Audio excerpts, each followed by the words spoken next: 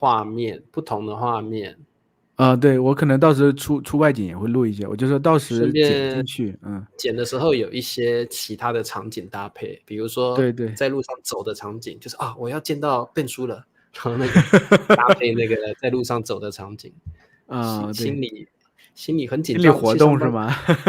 就是好像有那种感觉啦，对啊，我明白你的意思。就多录一点，不然到时候可能素材不够，对不对？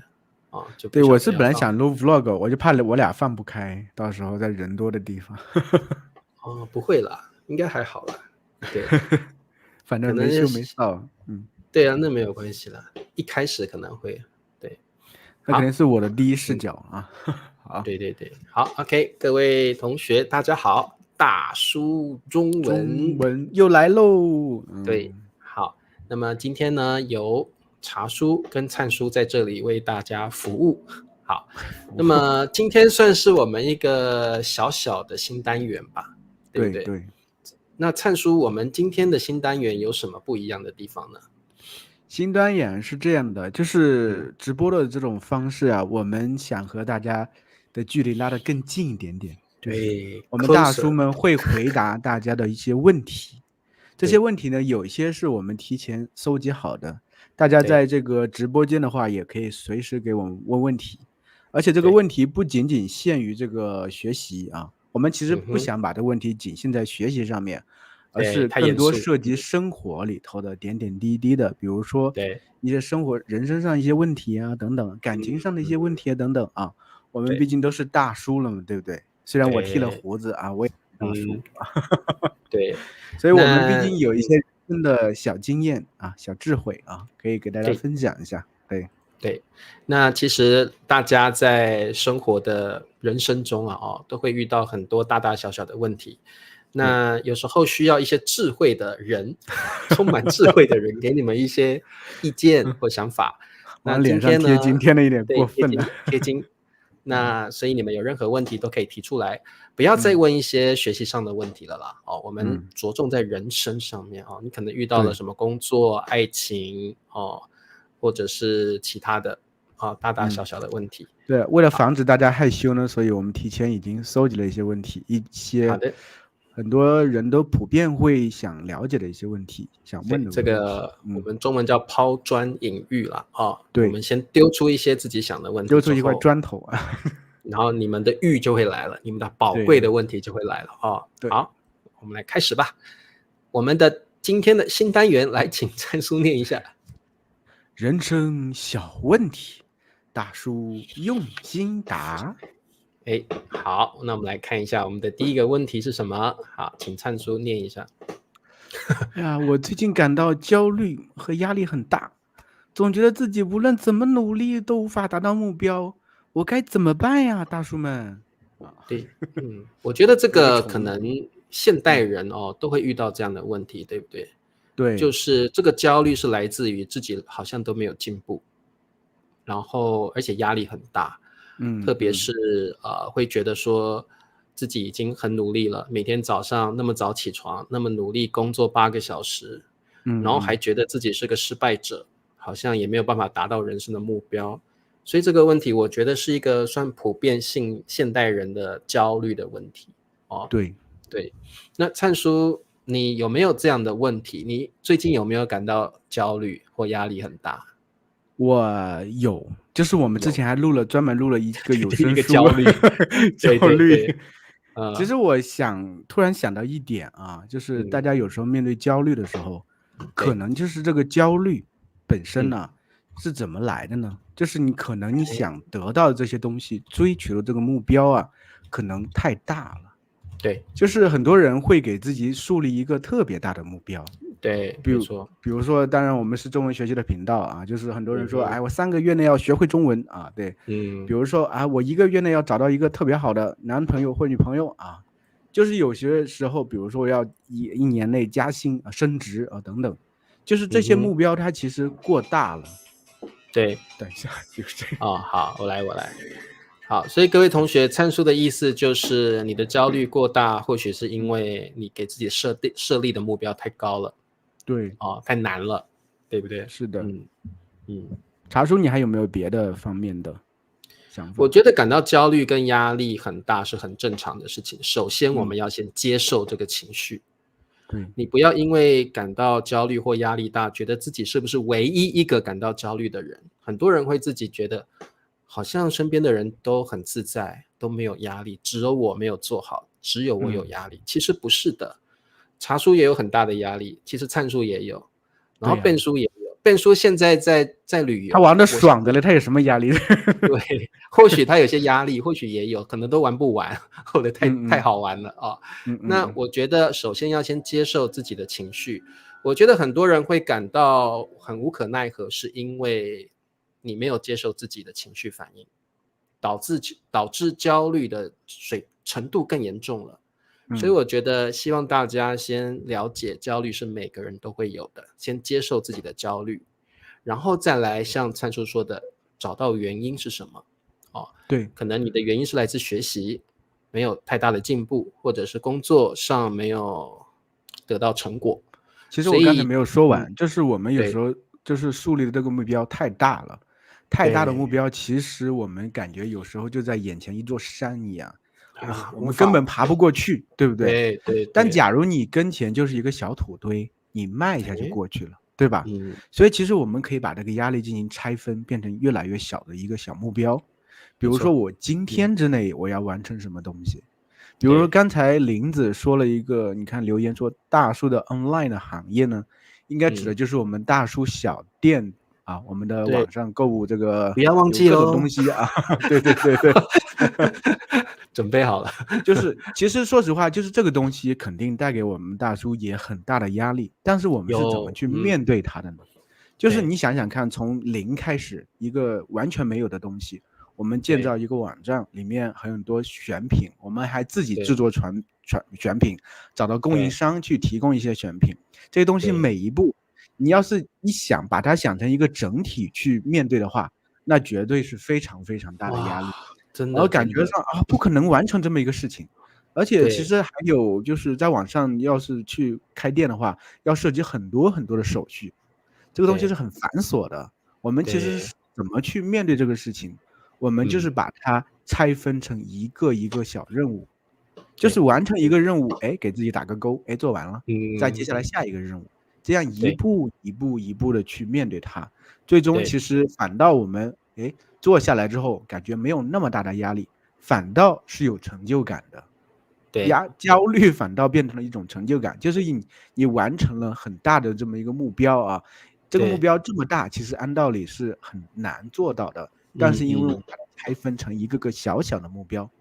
一个一个去做了，我们的焦虑值变低了，然后反倒我们的这种成就感变多了，反倒让我们心里觉得挺痛快的，挺开心的。对，不晓得灿叔有没有感觉我觉得人生要有一点压力，如果都没有压力也不行。像我们最近做这个大叔小店其实我们一开始也面临了很多很多的困难，看起来很难但是我们因为有3个人一起合作，所以我们把它拆分成小部分，每个人完成一小部分，遇到困难3个人一起讨论。我觉得这个小站就这样慢慢的起步了，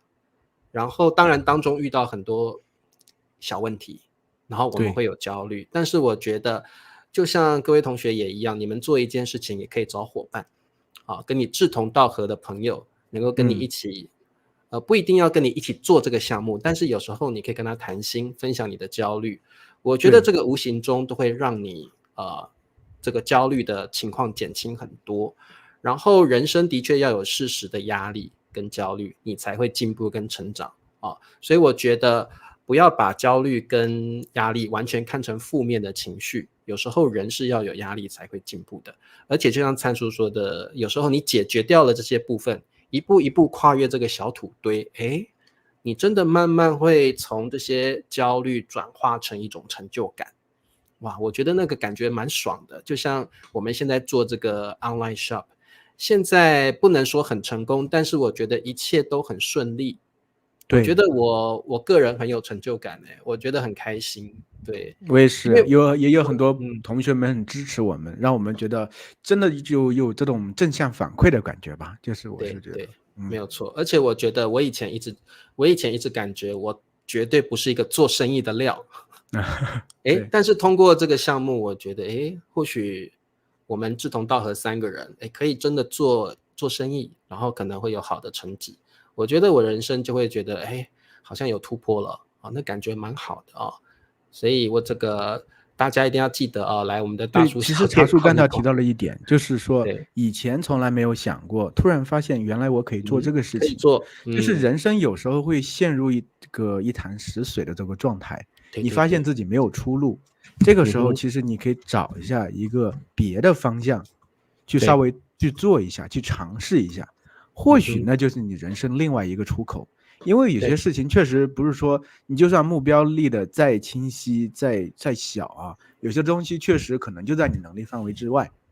那你这个时候可以再利用自己的别的时间去试一下看，或许有别的事情其实在你骨子里你是更擅长的，只是你一直不知道而已。因为我觉得做任何事情，要是这个事情你很擅长，你很热爱，你的动力会很足，你的焦虑其实会降低很多。没有错。像我以前也觉得我怎么可能可以做自媒体，后来发现自己尝试了一下，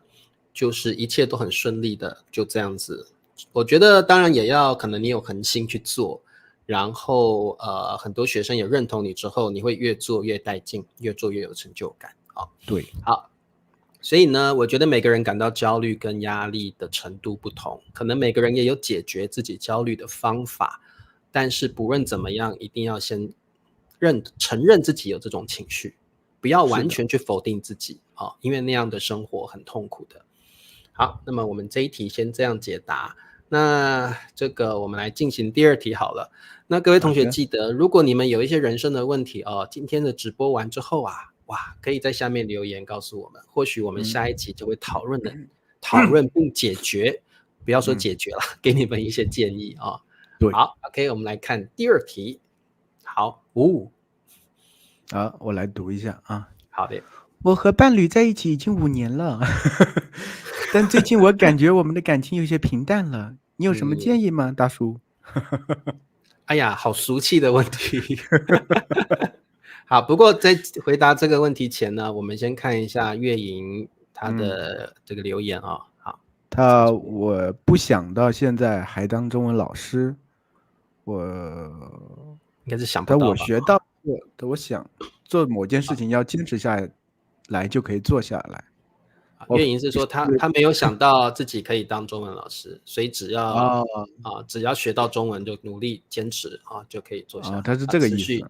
继续下来茶叔还是你懂他。对，我懂，月莹我懂好 OK， 那这个我们先请这个非常有经验的灿师来回答一下。这个可能确实是我得我来回答茶叔现在单身一人对，我觉得这个问题其实真的是灿叔，我问你，你跟灿嫂结婚几年了？我们结婚好，让我想一下，那天还算了一下，就是不说结婚，这个女生会考你的，你一定要记在心里的。我就说那天还算了一下，不说今天还算了一下，不说结婚，就是我们2个在一起都将近20年，包括交往，对不对？大学的时候在一起的时候，18岁还是19岁就认识了，现在我已经38岁了嘛，20年了。后来就是一直在一起，其实我们就一直在一起，其实也经历了起起伏伏，因为中文也说这个7年之痒对不对？感情肯定也会出问题。但是其实我觉得现在我们2个感情我感觉会比较好，而且不是那种趋于平淡的好，反倒是更加的亲密了，就是会觉得就是我们2个现在可能在这种知心吗？就是已经很恋知己这种感觉。其实我觉得有时候我们很习惯就说哎呀，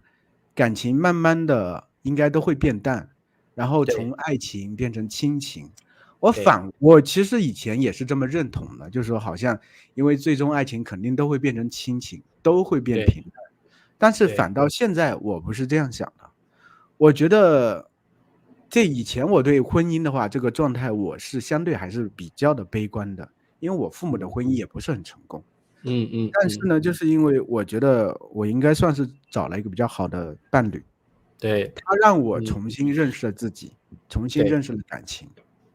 就是我觉得这所有东西它都会在变，不是一成不变的。我们虽然之前也经历一些问题，但最终越走越好的原因在哪里？我可以给大家分享一下。就是我们每个人其实都有很多问题，每个人的性格上等等都有很多很多问题。从小的生长环境啊，你的人生经历啊，造成你都有很多很多问题。你面对冲突的时候的这个解决方式，可能都会造成你们有很多很多的矛盾。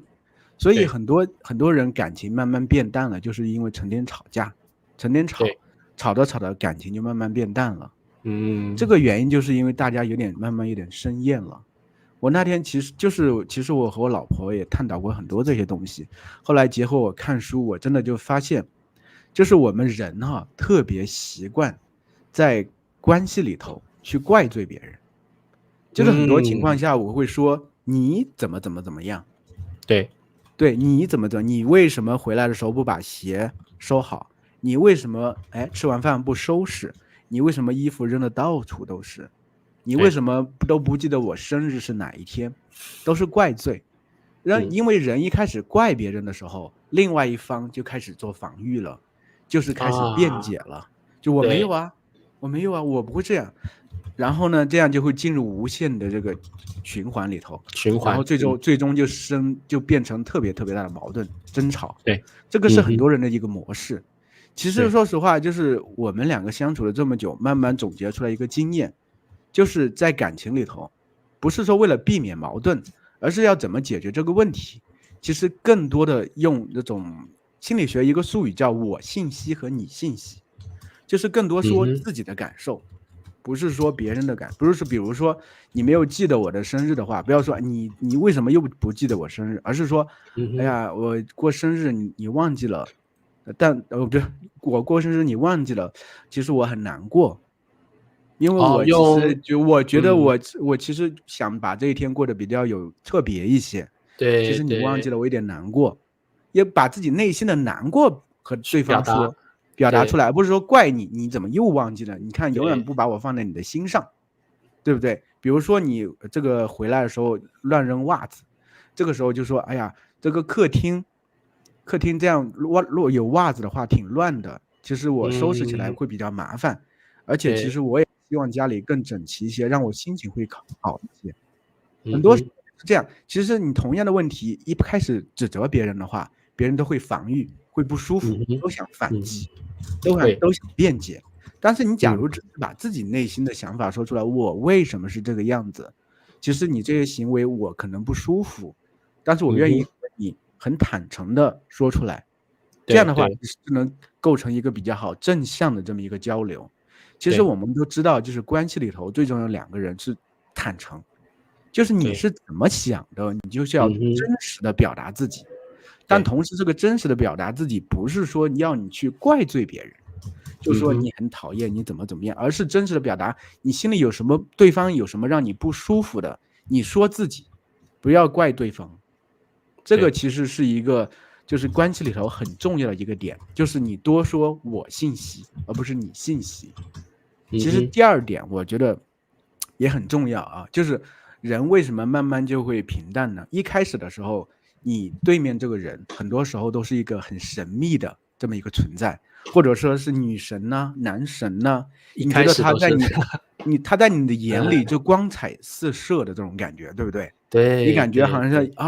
一辈子从来没有见过这么好的这么一个人，对不对？但是等到你慢慢相处之后，你就会发现好像他也就是一个普通人，慢慢的他的有一些你一开始以为的优点都变成了缺点，都没有了，对，都没有了，这样就是变成了一个平淡的这么一个过程，对不对？真的。但其实另外一个的，我觉得要保持这个不会慢慢变平淡，就是其实人要成长，对，就是你不能永远只是那个状态。你一开始和他在一起是什么状态，你一直保持这么一个状态，那样的话，其实当然别人会觉得你就很平淡了，对不对？你要一直在成长，别人会觉得，哎，你成长了。你不一样了，你其实有更多我没有发现的东西，对不对？所以而且这个成长，我是觉得在关系里头成长，两个人是相互的，就是你成长了，另外一个人慢慢他也会觉得我也想成长，我也想变得更好，甚至这个时候很多人就会很习惯的想去改变对方，就是希望对方做到，你就不能做到让我舒服嘛？那你其实在这个里头你就不能，其实最重要应该就是你先有所改变，你改变了，变得更好了。比如其实我和我老婆的关系比较好，就是因为我老婆是很主动，她是一个特别特别会反思的人，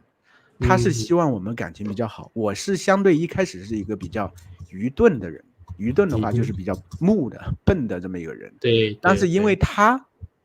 在改变，慢慢他不断的成长，他不断的成长，让我觉得他在变化，他在变得不一样，我也想和他一样慢慢变好来。而且慢慢在这个过程里，我也享受到了两个人感情好、关系好带给我的愉悦感。对，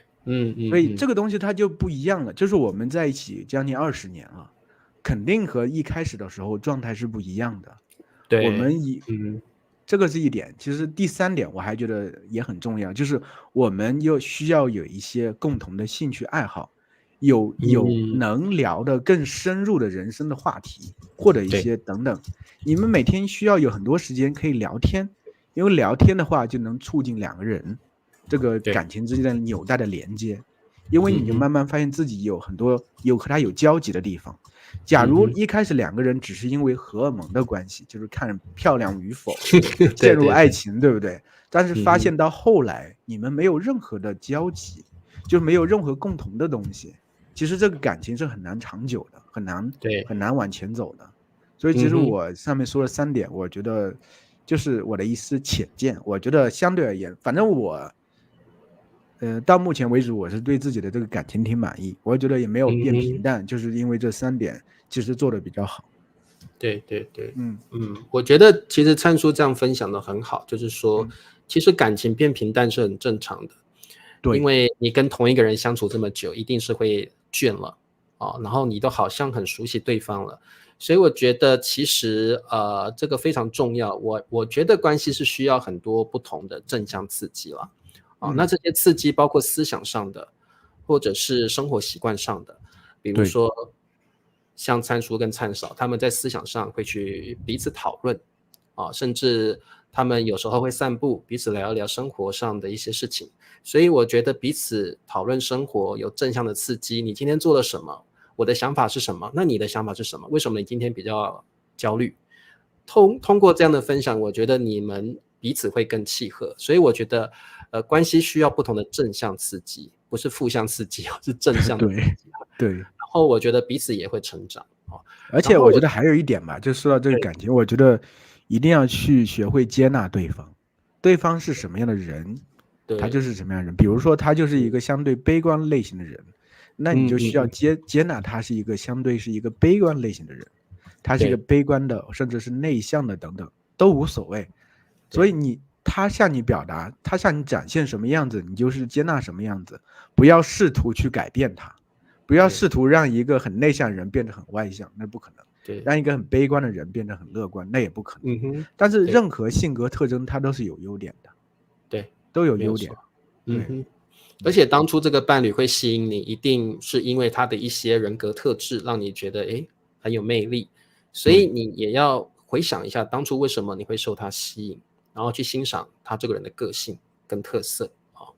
好，那我觉得这一点灿叔已经几乎都讲得很透彻了不需要我再补充了啦好 OK， 不过我觉得这个灿叔刚刚说的我深有同感，就是你信息跟我信息的不同，因为我们人有一个特质就是得理不饶人，你觉得你有道理了，我就会批评你，我就会看你不顺眼，这样的性格很容易破坏关系，因为当你觉得你有道理了，对方是错的，那么你说话就会很不客气，很容易伤害对方。因为我们人呢是最喜欢伤害最亲近的人，我觉得包括父母、伴侣，甚至自己的儿女，这个是大家都会犯的一个毛病，我们会先伤害最亲近的人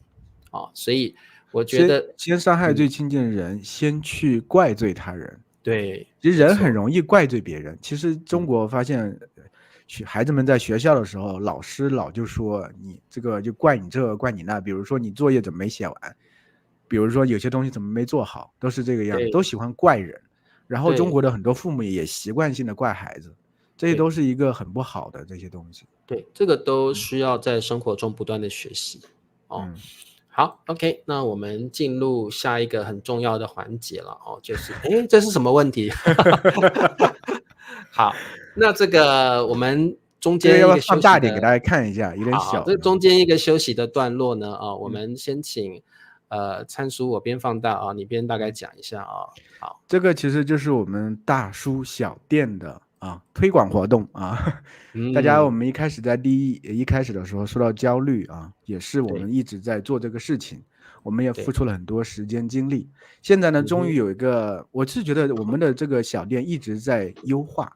现在相对是一个比较完整形态的这么一个东西了，已经有很多的东西在里头，有我们自己做的产品也在不断的丰富，同时还有我们在别的地方找到供应商的这些东西，而且大部分帮大家好好的选择一些很不错的商品是的，是的。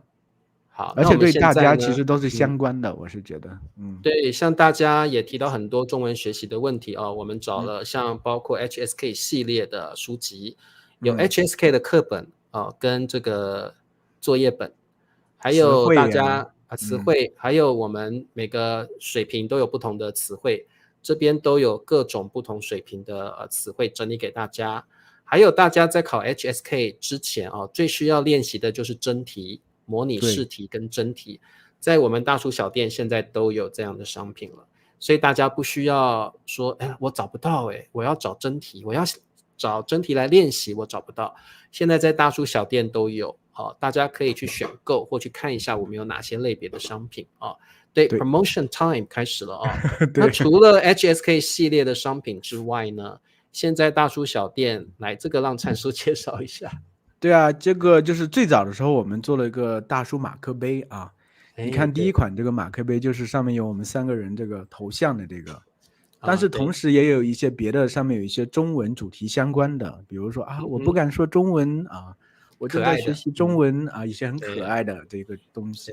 他们有这些图案。那这个我觉得手机壳这个很棒，我都很想买你可以对，手机壳就是大叔同款也有，另外有几个每个这个龙，还有这个有2个龙，还有2个熊猫，现在目前有5款，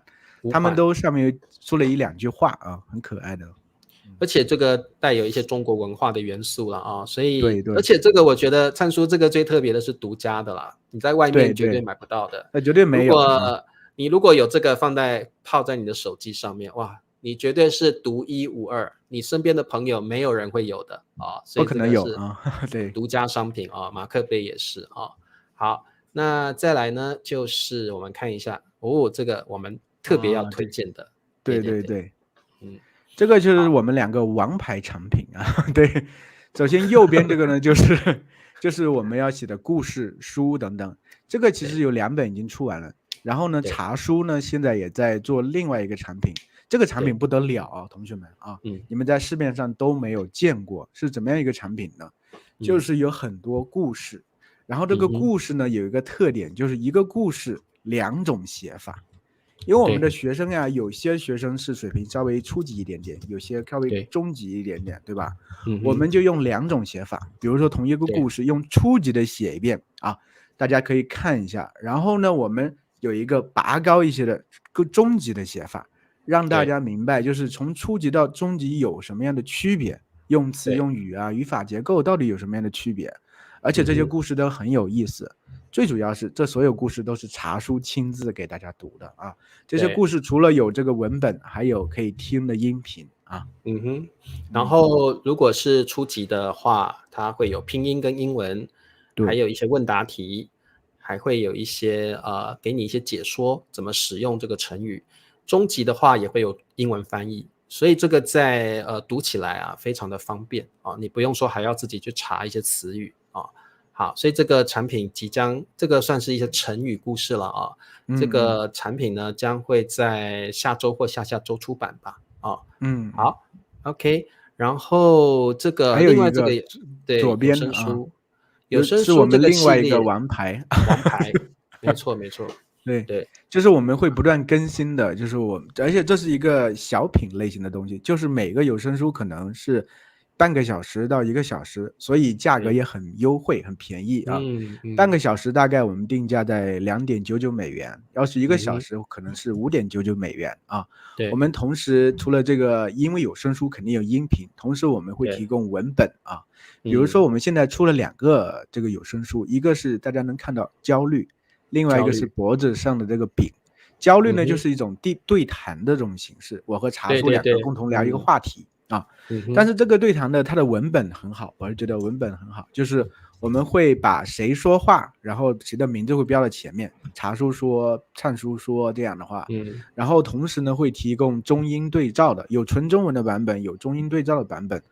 就是方便大家去学习啊。你可以听啊，有声书的话，我是觉得这个应用场景比较多，大家是去开车的时候呀，健身的时候呀，对吧？做家务的时候呀，都可以。对，而且大家没有压力，半个小时到1个小时，很快就听完了，就像大家听我们的这个大叔播客一个样子啊。只是我们会聊一些更集中的话题。另外呢，脖子上的这个饼呢，其实就是茶叔写的啊。茶叔写的一些传统的这些中国故事特别特别有意思啊，而且是他亲自录的，关键是他在里面还做了配乐，还有加入一些特效的音效，比如说鸟叫，甚至还有鸟叫，还有流水声，还有火的声音，我那天觉得太惊艳了。对对，所以我觉得有声书很有意思啦。你像我自己在学英文，我有时候在外面跑步或散步，我就把手机放在这个口袋上，我就戴着耳机听，边跑步边听，很自然的，就是你可以训练自己的语感，还有训练一些听力。我觉得有声书是一个很有意思的学习方式，大家也可以去通过不同的方法来学中文啊。那我觉得2.99美元也真的是很便宜啊，真的非常便宜啊。所以这个希望大家多多支持我们。好。那么当然大叔小店链接在这边，大家等一下直播课后可以去参观一下。那我们今天呢是我们第一次进行这个生活问题的解答，如果大家有遇到什么生活上的问题，欢迎你在底下留言，不要再问学习中文的啦，很无聊。其实也可以你要觉得不好意思直接留言，可以给我们大叔发的这个邮箱里头，邮箱给你们写一下，大叔 Chinese 我写一下。对，好，所以这个希望大家也可以，因为你们在生活上遇到的问题可能也是其他同学会遇到的，所以呢，如果大家想要大叔们专门的来回答你们的问题的话，你们可以在底下或者在底下写下你们的问题，或者就是 email 到这个大叔中文的邮箱然后我们如果觉得这个问题的确是大家会遇到的，我们会在节目上直播上帮大家解答好，这个有个朋友说没有 PayPal 怎么选？怎么买？他其实现在已经提供了一些信用卡的这个，你可以点一下，就是别的支付方式有一些信用卡的选项，你可以看一下你那个方式能不能购买。对，然后可能有声书可以买的国家比较多其他的产品可能要在一些美国啦或欧洲这样的国家，欧洲的一些国家比较容易买得到对，好 OK， 因为涉及物流的问题。好，那希望大家多多支持我们，也希望大家喜欢我们今天的回答。那我们今天的节目就到这啦，希望大家继续支持大叔中文。然后像我们刚刚聊到的当然人都是处于关系当中所以我们真的常常遇到很多生活的问题不过没问题，我们大家一起来面对解决，然后朝正面的方向来处理这些问题。好，那么各位同学，我们下次见咯，祝大家周末愉快，周末愉快周末愉快拜拜。拜拜。